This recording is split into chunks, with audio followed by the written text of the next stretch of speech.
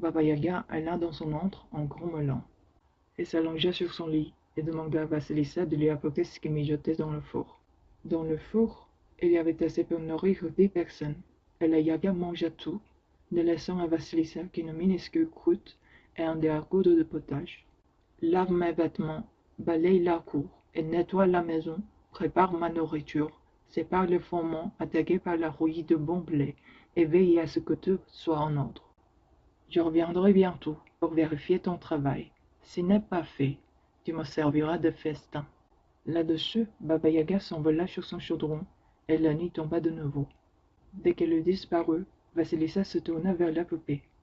Que dois-je faire? Vais-je pouvoir accomplir ces tâches dans le temps? La poupée l'assura qu'elle le pourrait, et lui dit de manger un peu et d'aller dormir. Vasilissa donna aussi un peu à manger à la poupée et s'endormit. Au matin, la poupée avait fait tout le travail. Il ne restait plus qu'à préparer le repas.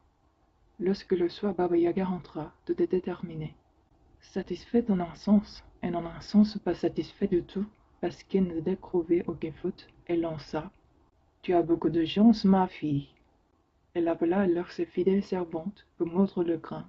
3 paires de mains apparurent dans les airs et se mirent à la tâche. Là-bas, elle volait dans la maison comme une neige d'or. Lorsque ce fut fait, Baba Yaga se mit à table. Elle mangea durant des heures, et le lendemain ordonna à Vasilissa de nettoyer à nouveau la maison, de balayer la cour et de laver ses vêtements. La Yaga dessina un énorme monticule de terre dans la cour. Il y a là de nombreuses graines de pavot, des millions de graines de pavot. Je veux que demain matin, il y ait une pile de graines de pavot et un monticule de terre, bien distincts l'un de l'autre. Compris? Vasilissa manqua s'évanouir. Ciel, comment vais-je faire cela? Elle glissa la main dans sa poche, et la poupée murmura: Ne t'inquiète pas, je m'en occupe. Va dormir, tout ira bien.